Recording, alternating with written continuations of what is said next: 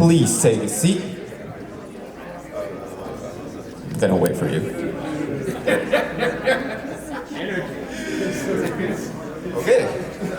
Well, good morning and thank you everyone for being here. My name is Javier Jase. I am a co-founder of Ignited and editor-in-chief at High Times. How cool is that?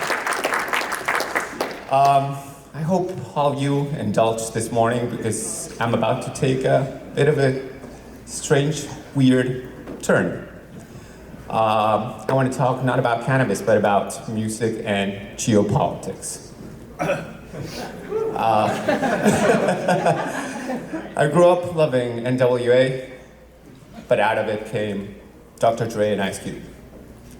Everyone loved Destiny's Child, but oh my, Beyonce.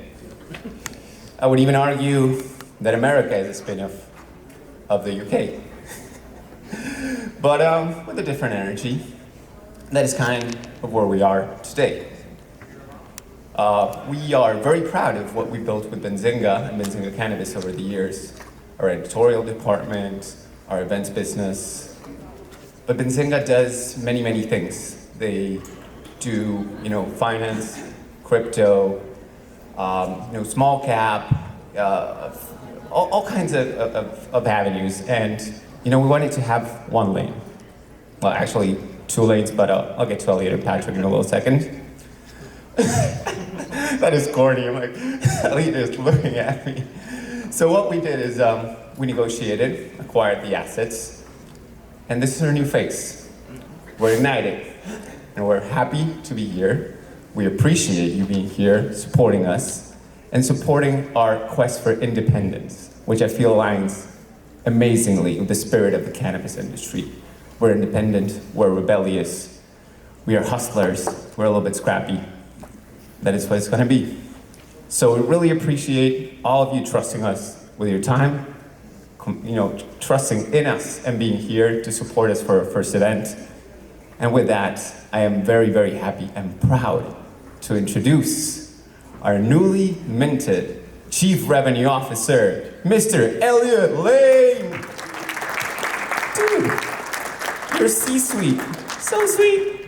Thank you, Javi, thank you. Now I'm on. Hi everybody, thank you for being here. My name's Elliot Lane. I am the younger and taller Lane brother. The other one will be here shortly. He took a red eye and he doesn't plan travel very well. So with that, Ignited is who we are, right? Jason Razek, who founded Benzinga, is a part of this team. Javier Haas, as you know, world's best cannabis journalist, managing editor at High Times, managing editor at Ignited, owner of El Planteo. I mean, the man is single-handedly moving journalism in cannabis. We are thrilled to work with him. Myself and Patrick on the events side, we thank you so much for being here. Without really elongating this past what he just said, this event is to drive business for you all. It's to drive education for you all. It's to help us understand how we can provide a better platform for California in the future. We want to take all your feedback. We want to work with you. And please, as we always say at all of our events, sit next to someone you don't know. That will be how the best conversation started this event. And from there, without really going too much further, I want to introduce one of our partners for this event. We put a heavy emphasis on working with associations, both regulatory-wise, advocacy-wise, politically at our events, and one of those is the California Cannabis Operators Association, and Joshua Mons is here, Joshua Lewis is here, apologies.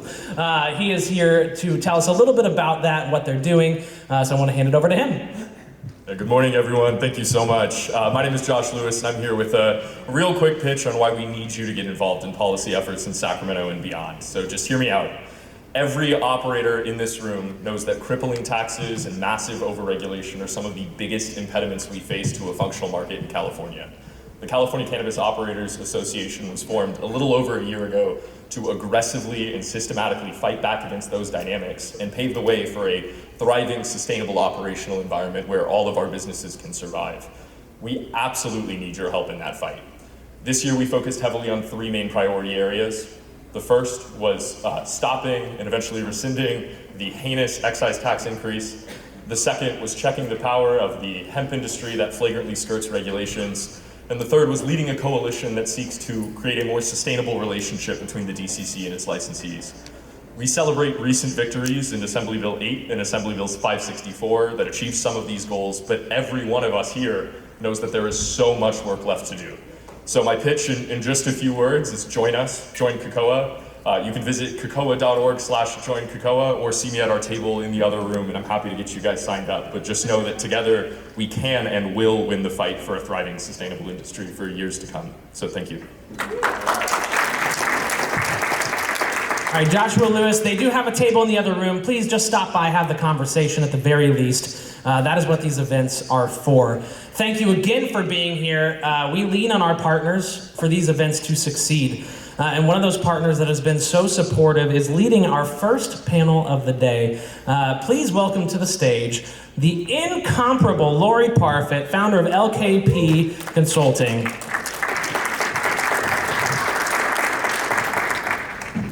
All right, thank you, Elliot. Good morning, everybody. Morning. Oh, come on, you guys can do better than that. This is California. This is the first Ignited Conference. Good morning, everybody. All right, who's excited to be here for the first inaugural Ignited experience here in California? Woo. Awesome. All right, well, I am so thrilled to be starting off the day and not going after lunch, because you know I never like to be right at when everybody's going through their food coma. We have a great panel here for you. I'd love to invite up all of my panelists to join me up on the stage.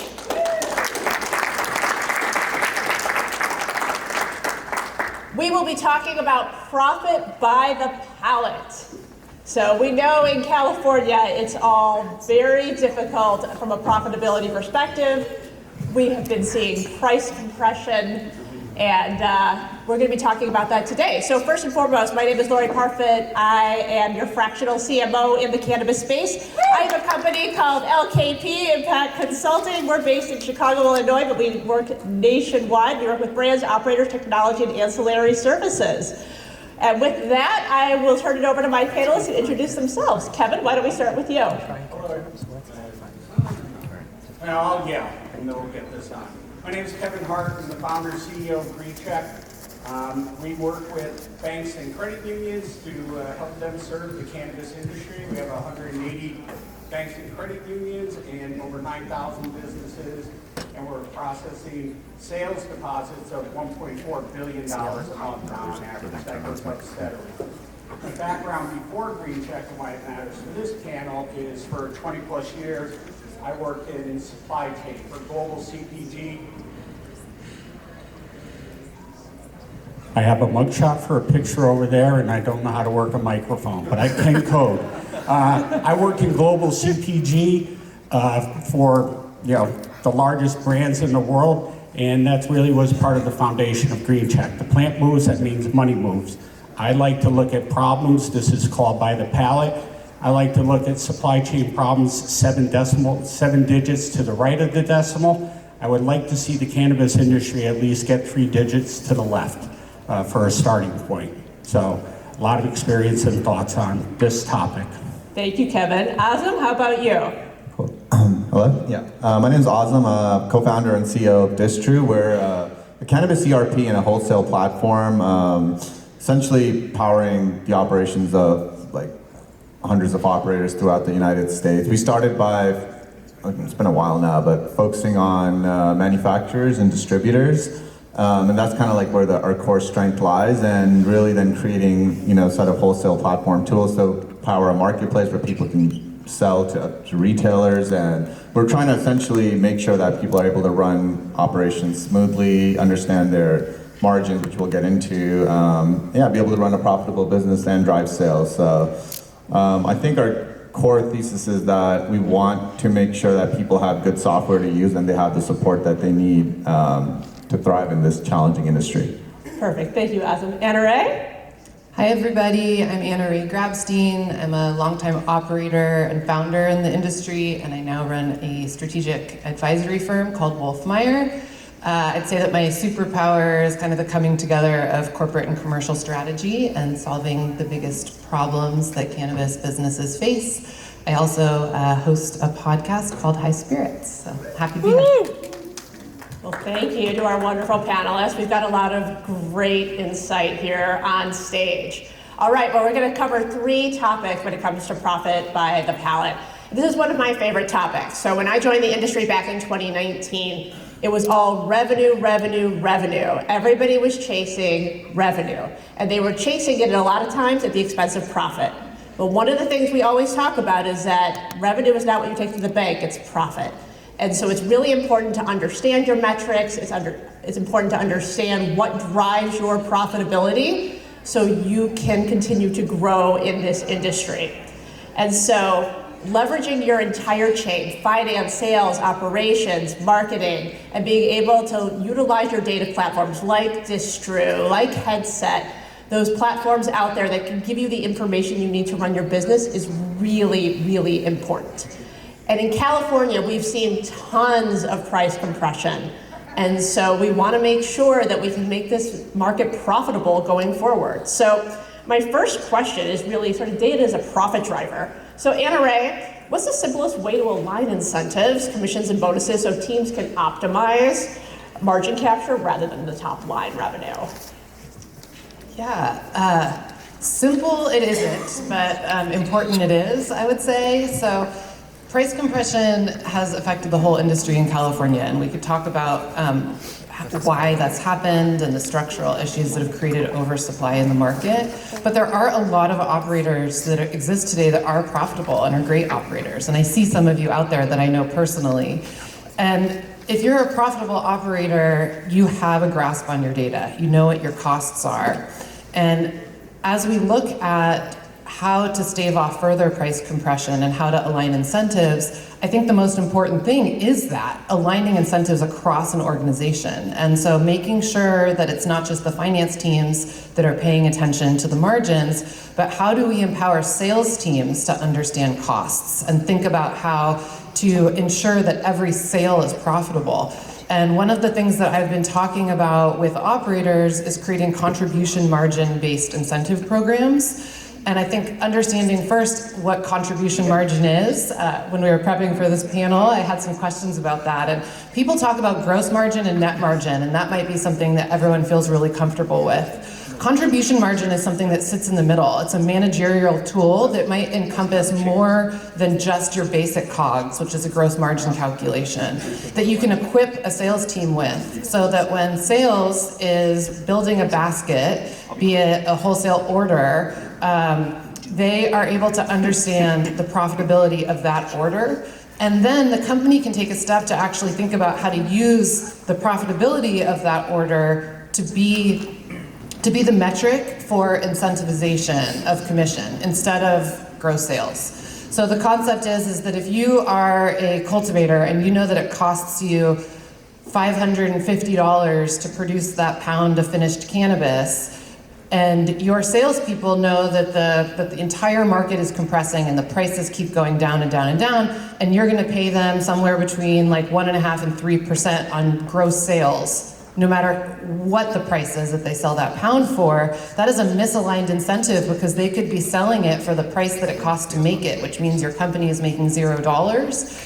Whereas if you say, actually, I'm going to give you a much larger percentage of commission based on the profitability of that sale, and now I'm going to equip you with the understanding on a product or item level to understand what that is, you can be aligning incentives across a whole organization. So really thinking about how to take the data that you have that might be living in finance and accounting and equip people that are the ones that are kind of executing in the market with that data is something that can be really powerful. So I really like that because contribution margin is really important. Can you give a really good example of somebody who's done that effectively?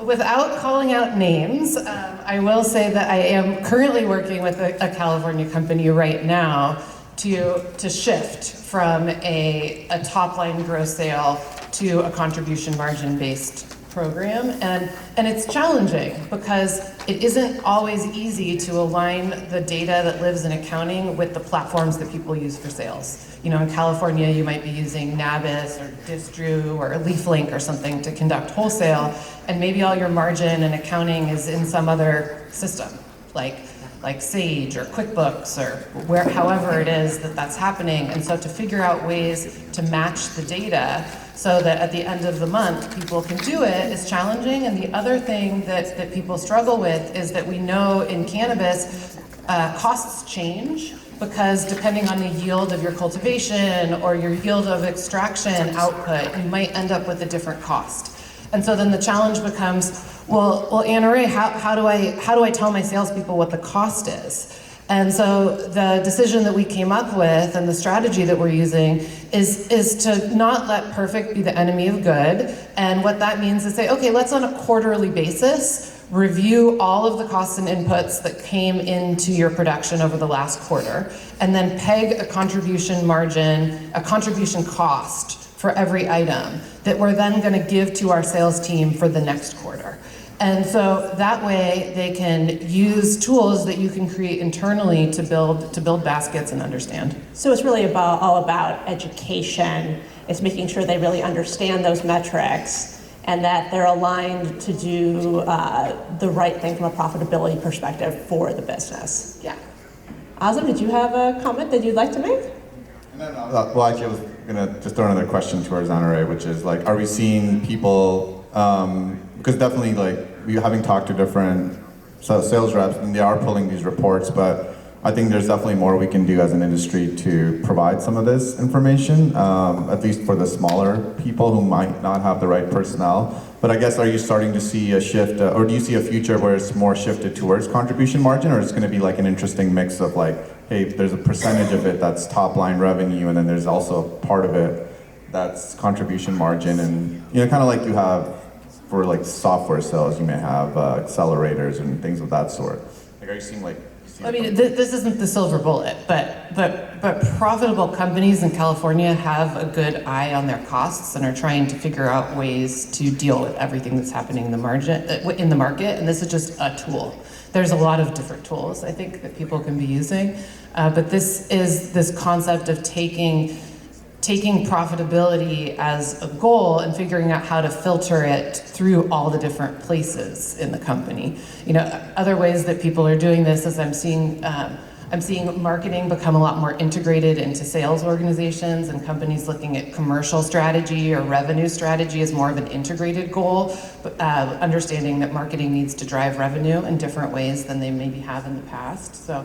Yeah, I mean, this is not the one silver bullet, but the concept is to make sure that everyone in the company is somehow aligned around profitability and is understanding the costs that go into production and how that relates to a sale price. Right, you have to make sure everybody's beating the same drum. So Kevin, from your perspective, since you're more on the financing and investing side, when you look at companies and you look at things like profitability, what is important to you from that perspective?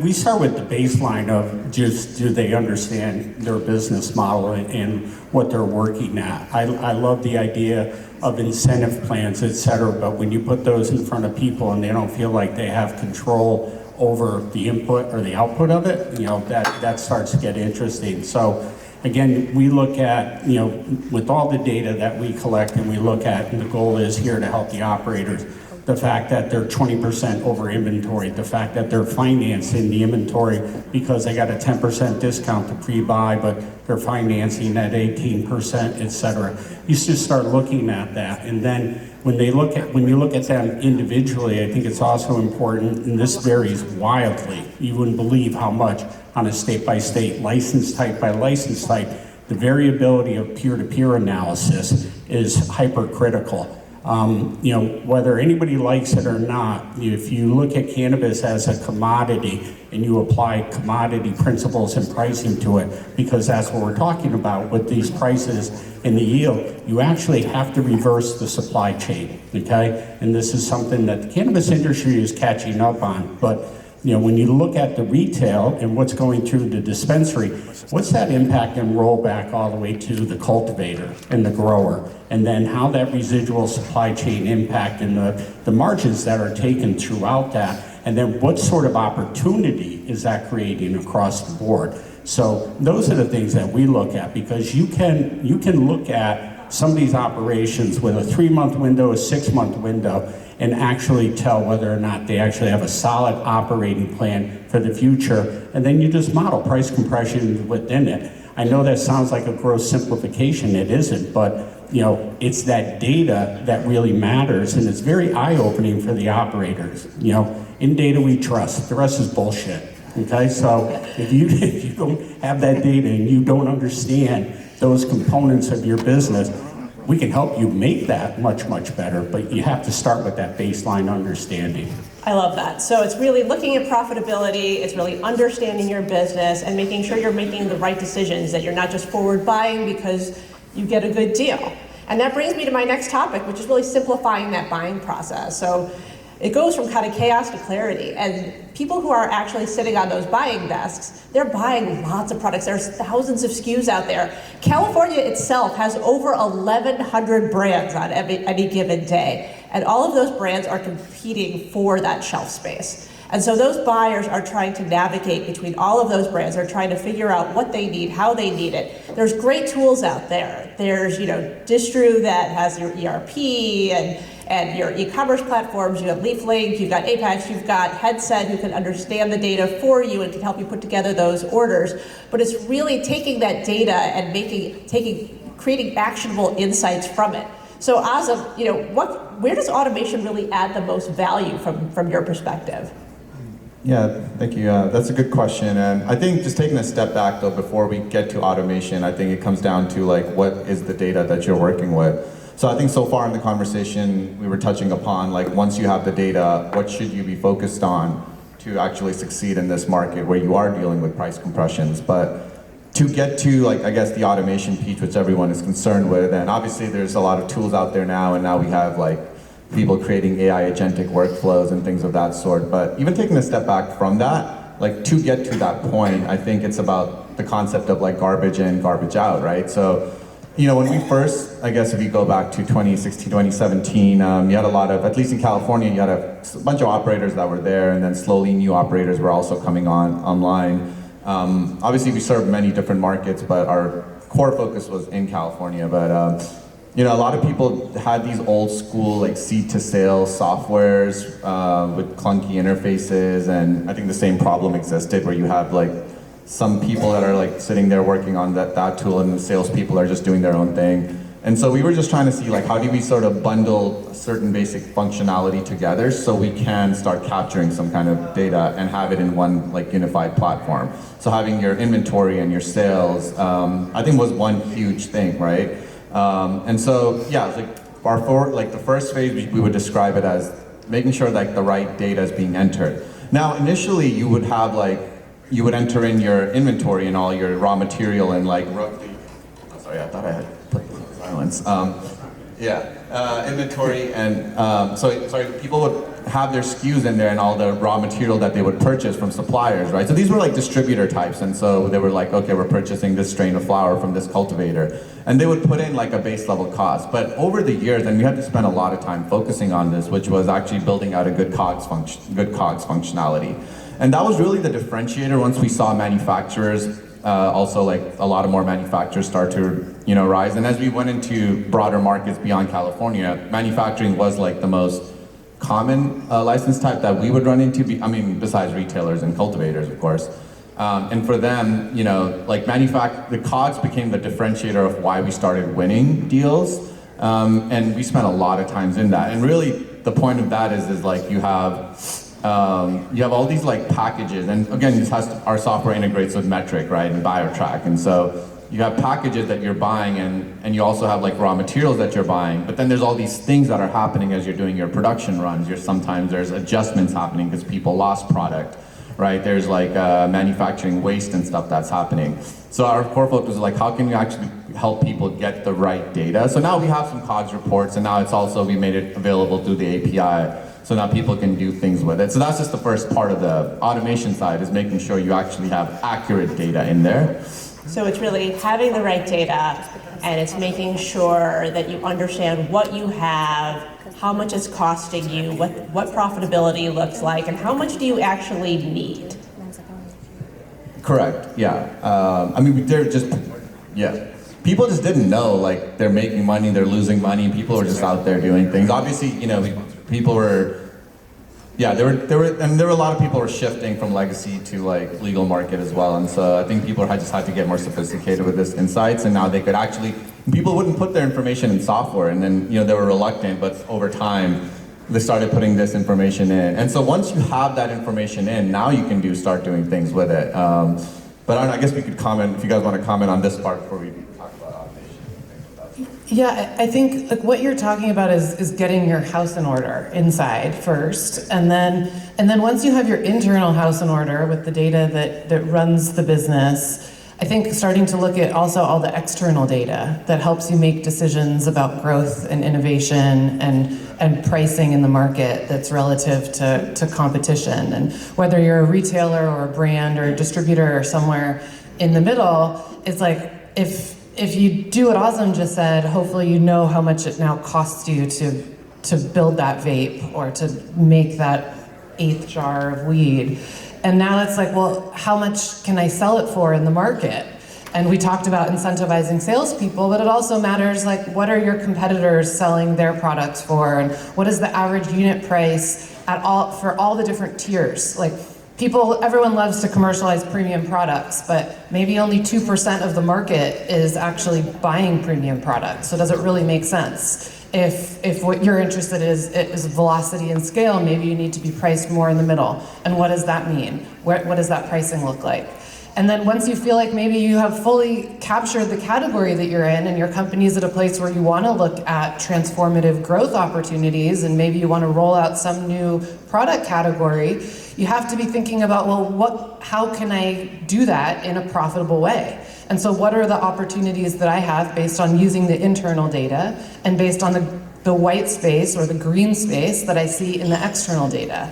And some of that might be looking at the top products in different categories that you feel like you can be competitive with and understanding the unit pricing that those products are selling for if you're on the wholesale on the production side, and being like, oh wow, okay, if the average unit price of a vape is, whatever, I can make that for 10 cents cheaper. That's a place where I should go.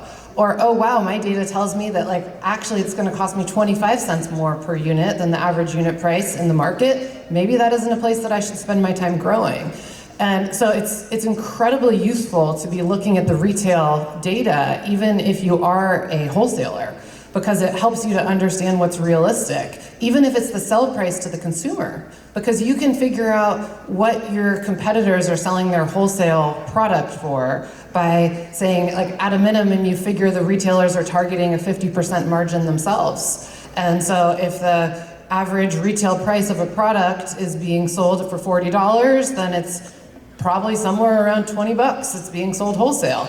And so can you compete with that 20 bucks? Or maybe you could sell it for 16. And if you can sell it for 16, then that seems like a really logical place for you to think about growth. But if you can't sell it for less than 22, good luck.